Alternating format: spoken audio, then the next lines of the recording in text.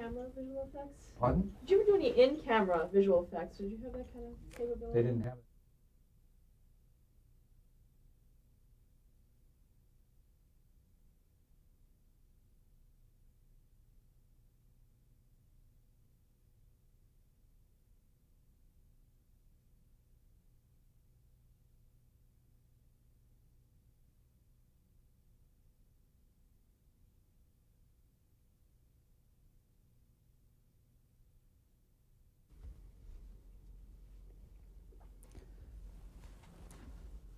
We were talking about CBS Television City early on, and I think you said they completed it around 1952. Yes. And you worked on the Red Skelton show there. Do you remember what studio that was? That was 33. Oh, so that's where all the big variety shows came Yes, with the audience type of studio. And as you mentioned before, were the cameras behind the audience in that studio? No, just on the Benny show. Uh-huh. That was the only one. Benny wanted to play to the audience like he did in radio, and that was his desire. But Skelton didn't have that kind of a No, demand. we worked on stage with Skelton. When did that start? When did you first go on that show? Do you remember? On Skelton? Mm-hmm. Maybe in 1960. Mm-hmm. I'm not sure. And did they assign you at CBS to the show, or were you interested in being on the show? No, everything was assigned. Uh-huh. There were times you asked to get on something. More or less, it was sports that, if there was a football game coming up and somebody would like to go to San Francisco, they would ask. Wouldn't always come through that way because they might have you scheduled for something else. No, everything, you're assigned to the show, and you stayed with the show until it ended. Or for some reason or other, you got into trouble with the director, or somebody doesn't like you, and you would be taken off. Which I don't. Somewhere else. Would that kind of go on your record, or would that not No. follow you? Oh. No, not at all. Yeah. Tell us about the format of the Skelton show, just in terms of the kind of acts that he had or the things that he did. The Skelton was, he had his own characters, and every week was a different situation, a different guest. You never knew who he would have on. He would do a monologue. At first it was a half-hour show. A little later on it became an hour show, and we had dancers. So it moved pretty quickly, pretty rapidly. Did he tend to improvise at all, or did he stick to the script? I tell you, we did the show, we rehearsed one day, and they recorded audio. And after we finished the show with an audience, and they recorded the audio, they would listen to it and start going through and see what they felt was didn't get the laughs or didn't have the response. The next day we'd come in, we'd have different shots, and that was air day. And the day of air, dress rehearsal, they used to call the dirty hour. And I think there were about 240 seats in the studio for that stage. It would be packed with people from the building. They came down to see Red. You never knew what he was going to do. And what he did on that rehearsal, on dress rehearsal, we couldn't believe he could change it. And there wasn't a dirty word, it was his actions. Change it an hour and a half later for an audience in the house. Was it risque? Is that what you're It saying? was risque, but there was never a dirty word. Mm-hmm. It was his actions, and depending on who he had on the show. One lady that he loved was Marilyn Maxwell, and she couldn't. I'd say every time she came on that show, she had to wear her pants because of his carrying on, really. Wearing, you mean instead of a dress, or? No, I'm talking about Underpants? I'm talking about wetting her pants because Oh, of I his. see what you're saying. She Because- would laugh so hard? Yes, I see. she never knew what he was going to do or what he might say. But the Red was different than other comedians. Red sort of paralleled George Burns. If there were three people there, it was time to tell jokes. But I saw Red do an hour of pantomime for a group of musicians from Russia. And I think there was one musician that spoke English. He did an hour of his routines, and they were dying in the aisles. It's universal. Was that put on TV or was that No. just a private thing? Yes, and the thing was, they would run the show dry before we came in. We came in at noon the day of air, and we would come in and set up, and just about time this group of Russians came in. There had to be about 40 or 50 in the audience, and the PR man from CBS asked Red to do something for them, and he just did his whole act, going back to when he worked at the Paramount, no doubt. And did he have a time restriction? No. You said it went on for an hour. Yeah, it was his hour because we most likely went on camera. We get in at 12. We most likely had a fax at 1 or 1:15. So he just, instead of lying down in his room and resting, he just did his routine. He enjoyed it. Did that happen very often? Something I like only that? saw that once. Only saw it Was he once. very comfortable though in front of the TV camera? He told us, he said, what do they call it? He said, when he first started, he said, I used to get flop sweats. You familiar with the, No. and he would throw up before doing the show. He really did. Yeah, he told us that.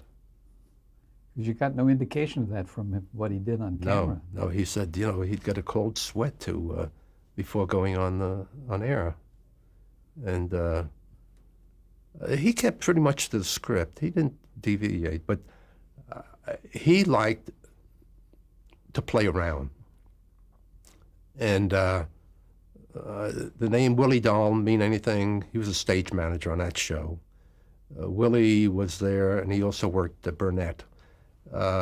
Willie became very close with Red, and the director would tell Willie, go and get Red.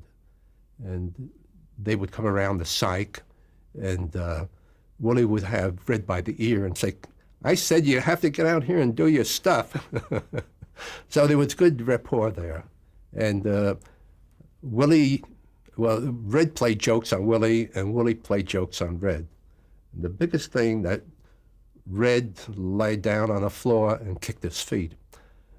This dirty hour that I mentioned, Like a little kid, you mean? yes, he gave everyone Willie gave everyone a sheet of newspaper, of the daily paper. And he said, when Red says, before his monologue, he says something like, hello, everybody hold a sheet of paper up. Well, it was cued beautifully, and he opened his mouth, and he lied down, laughing so hard he couldn't stop laughing. He really, the biggest thing, that ever happened to him, sort of. Were there any other people that could play practical jokes on him, or did he play on other people? It was more or less between Willie and Bill Dahl. Did he acknowledge the camera people and the other technical people? Was he friendly with you? I just heard a tape, and it was his last show, and it was the last monologue. And I had never heard it before, and I don't remember even when we did the show, where he was thanking everybody. And he, thanked the producer and the director and his writers and everybody. And he said, now, our crew, he said, I saw you every week for a number of years, and he said, I may not know all your names, he said, but I always appreciated you. And he talked for maybe about 5 minutes about introducing people and talking about the crew. That was the last show he did at CBS before moving over to NBC. Did he ever get involved in the technical aspect of the show? No. No. He had his own business and he enjoyed doing what he was doing. But jokes on camera, generally before we started rehearsal, there was always something going on. Always. Did you figure it was one of his old routines or something? No, it was fresh? something fresh. There was a scene. I forget about that. Oh, you're allowed. No. Come No. on. Anyway, the thing is, there was a scene where there was a bathroom, a bathtub in the scene. So he gave everybody some bills, some money, and the drapes open, and there's the stagehands, they're lighting people, red, maybe about 7 people, and their back is toward the audience, and they're all standing over this bathtub. And if you look at them, you think they're peeing in the bathtub, but they're counting money. they all turn around in unison, and it was hilarious. That's a funny bit. Yeah, but I have to tell you, the biggest jokes were between Red and Willie. Willie was told to get Red, we're ready to go. So Willie goes to the dressing room, knocks on the door, opens it, and he says, Red, let's go. So Willie stopped to talk to somebody. Anyway, Red was with somebody in the dressing room, and they came walking out the door, and Willie was just ready to turn around to the psych, and Red called him back, and he said, Willie, come back here. I want you to meet a friend of mine. So he says, Willie Dahl, meet Bill Paley. And he says, tell Bill what you were telling me about what's going on here. Now, what do you tell the big boss?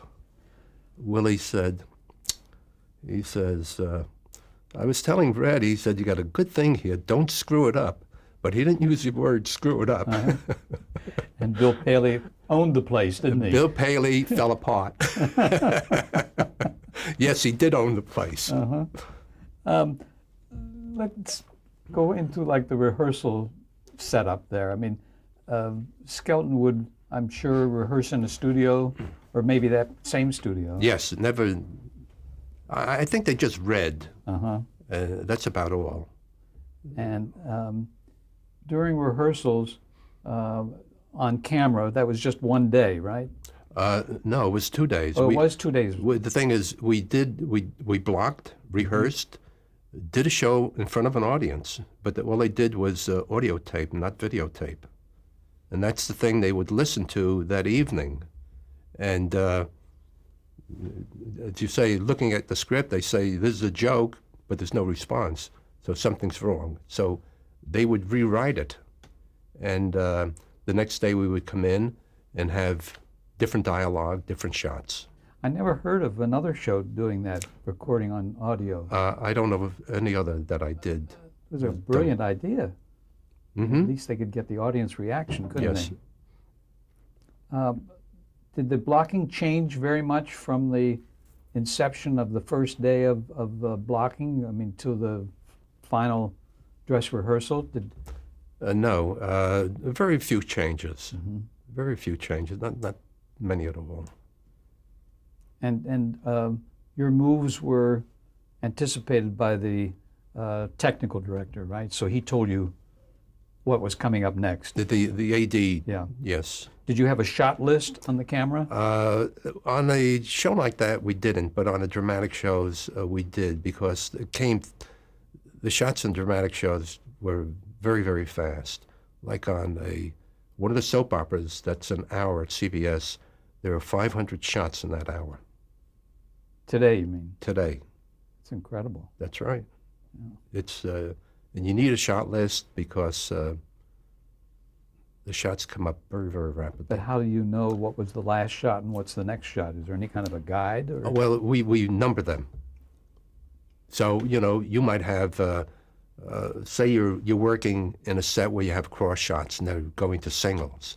So you might have, say, 3, 5, 7, 9, you know what I mean? Because they're cutting to the other camera.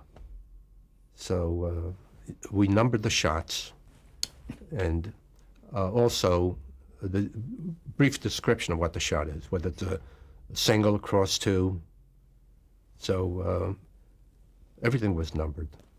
And it's the way you kept up with what was going on, right? And a good AD would call a shot number also. When you were actually, were you shooting the Red Skelton show live or on tape at that point? That was tape. And was the AD right standing by, letting you know everything that was about to go on? Or Most of the time, yes. what was the atmosphere like while you were taping? Knowing that you could come back and get a shot, was it less tense than in the old live days? No. There weren't, when we were doing, you know, tape shows, there were very few pickups. Very few pickups. Why was that? They felt the spontaneity is better than going back and trying to pick it up. And on All in the Family that we did with John Rich, John wanted to do pickups, and the producer said no. He said, so it's a mistake. It made it more real. They laughed. The thing is, John Rich is he was a purist, I'd say, when it came to dialogue. And if they inverted a sentence, and they still got the joke, as far as the producer was concerned, you know, as far as Norm Lear was concerned, it played. What's the difference whether they inverted the line? Jumping back to Red Skelton, did he have an audience? Yes. True. Yeah. And how did that help him in terms of the laughs that he got from those people? Did it spur him on to? It did. Mm-hmm. Yes. Mm-hmm. How many cameras did you have on the Skelton? Three cameras. 3 cameras. Yeah. When we did dance numbers, they were 4, but they were done on a separate, the next day in a different stage. Would you have a particular area that you covered on the Red Skelton show, or could the blocking take you anywhere on that stage? Anywhere at all. Mm-hmm. And did Red have any kind of phobias about how close you got on him or anything like that? Nothing. He was oblivious to the equipment. He played to the whoever's in the scene with him, and depended on the audience to react. Mm-hmm. So was there any single camera designated to get close-ups of Red? Well, we had 3 cameras on that show. One was in the back of the house on a ramp, which was 15, 20 feet away. Was that a dolly? No, Yeah. it was on a pedestal, but it was a short ramp that took up part of the audience. And 2 cameras on stage were shooting cross shots or whatever else was needed. What about when he was doing his pantomime? Would you tend to just stay with one camera on Yes, him? he stayed on 1 camera in the middle. Mm-hmm. Yeah, and never used side cameras at all, unless, you know, there was a reason for it, but generally not. Seymour Burns was the producer of that show. Seymour was first the director and later on became the producer-director. Did he have any conflict with Red in terms of the show? No, No. we got along very, very well. Mm-hmm. Very well. How did he get along with the crew? Can I say I grew up with with Seymour? Yeah, because you worked with him on other shows. Yes, yeah. Mm-hmm. No, got along very well with Seymour. Well, you seem to be of a personality, though, that you got along with most directors, I'm sure, didn't you? And Yeah, I producers. didn't have much of a conflict with any of them. Mm-hmm. We may not have agreed with all their shots, but sometime they listened, and did nothing. Other time they listened and changed their shots. What about directors on the Red Skelton show? Did they have the same director every week? Yes. And who was Well, that? Seymour was director for a while. Then Bob Hoban was the director, and Seymour was producer. Bill Hoban, I think? Bill Hoban. Bill pardon Hoban, yeah. Did he differ in his approach to the show from Seymour? me. I'd say about the same. Mm-hmm. But Bill was very good with the dancers and with music. That's right, you had that group of dancers. Tom Hansen, Mm-hmm. yeah. And I think Bill's background was in music originally. I think he was a trombone player or something like that. So he really got into those musical numbers. Yes. Hmm. Did you have to have a camera low on the floor for the dancers to get their legs and all that sort of thing? No, but we had one camera generally on a dolly, so it could get pretty low. Mm-hmm. Yeah, but there are generally 3 cameras or 4 cameras on the dancers. Any special tricks to shooting dancers or a musical number like that? No, but the staging at times were trying to get the choreographer to so we could see everybody from the angle we were shooting. And sometimes they had too many dancers on the floor at one time that they, especially if they were in a line, they were so stacked and you had no room to dolly left or right to uncover them. So we'd ask Tom Hansen, Stagger them? little stagger. Uh-huh. Otherwise, we'll see one and legs and arms of the other. So, no, it worked out pretty well. What about guest stars on Red Skelton? Do you remember some of the people you might have had on there? Uncle Milty. That must have been a blast, the two of them. Well, there was a blast there, believe me. Jackie Leonard. There were so many of them. But Jackie Leonard surprised me one day. Jackie Leonard was working across the way on Red Fox that was going on the same day. And I dollied back and I stepped on somebody. So when I didn't have a shot, I turned around and I apologized. And it was Jackie Leonard. I said, "What are you doing here?" He said, "I'm over with Red." I said, "Red?" He said, "Red Fox." I said, "So?" He said, "I came in to see the professor," or something like that. Really, he admired his work, Red Skelton's work. He came in to see him and see part of the show. Did Skelton want to put him on camera? No, but Leonard was guest star quite often. Uh-huh. Let's jump now to the Judy Garland show, which I'm sure you've got lots of stories to tell. Not really, because Yeah. I only did a couple of those. But the story I have to tell is I did a wardrobe test with her. And the only thing that was on stage was a piano. And on top of the piano appeared a glass. And I guess we were there maybe 2 or 3 hours, and she would come out and model a gown, and I would just shoot it, and there would be a fellow by the name of Ben Feiner, who was a big production man, and I guess some other people there, and they're looking at the clothes. But that glass was never empty. And She was full. It was of a special color, too? I thought it was water, but when I got closer, I noticed it was a little amber, not amber, but off-white. And it had to be a Chablis or... Did she show any signs of having imbibed then? No, but she seemed to hold everything very well. Yeah. But that glass, she had a fellow with her, an assistant, maybe a wardrobe man, And that's all he did. and he helped her change clothes and fill a glass. There was a story about CBS putting in a yellow brick road between her Certainly. dressing room and the stage. They put a trailer out on the ramp that surrounds the building, and from the entrance of the stage to the trailer, which had to be about 40 feet, was a yellow brick road that they painted.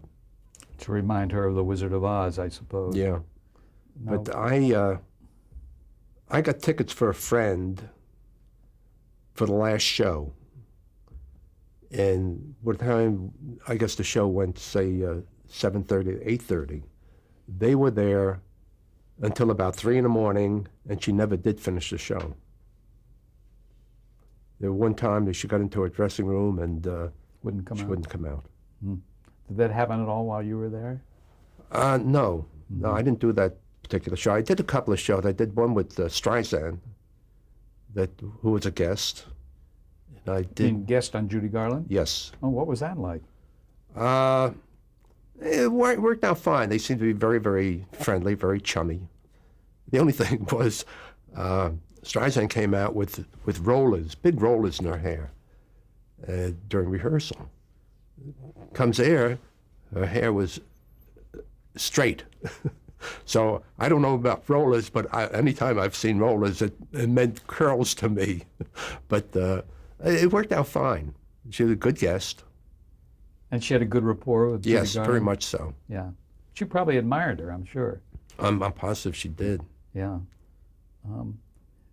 The show, as I recall, didn't really ever latch onto a format. I mean, they had guests who sang and guests who had chatter with Judy. Mm-hmm. But do you remember what the format was like when No. you were there? There really wasn't a format because it was Judy's show and she was supposed to entertain. Was a musical thing. But that was it. There were some guests that just came on and chatted and did no singing at all. Liza was on a couple of times, I remember. And Mickey Rooney was one of her guests. Yeah, and the thing is, since I didn't do all of them, I don't know all the guests on the show. No, that's okay. Now, the original producer, from my notes, was George Schlatter. Was he there when you were there? I really don't know. I was there so infrequently. Yeah, and then Norman Jewison came on the show. Yes. And then I think after that, they even had 2 more producers after that. Mm-hmm. So the research says, but it was a very unsettled kind of company, wasn't it? I think she wore producers out. Yeah. What was her demeanor on the set when you were there? I mean, what besides the magic glass that she had? She's very quiet. Cooperative? Yes. Mm-hmm. Mm-hmm. Never any difficulty. Was she comfortable with the television cameras? Seemed to be. Mm-hmm. And Because she was on an elevated stage that they built for her why was that? with a ramp in the middle. Why did they build the elevated stage? I think she wanted to play to the house. She didn't want bleachers, and the cameras weren't too intrusive also on that show. We backed off.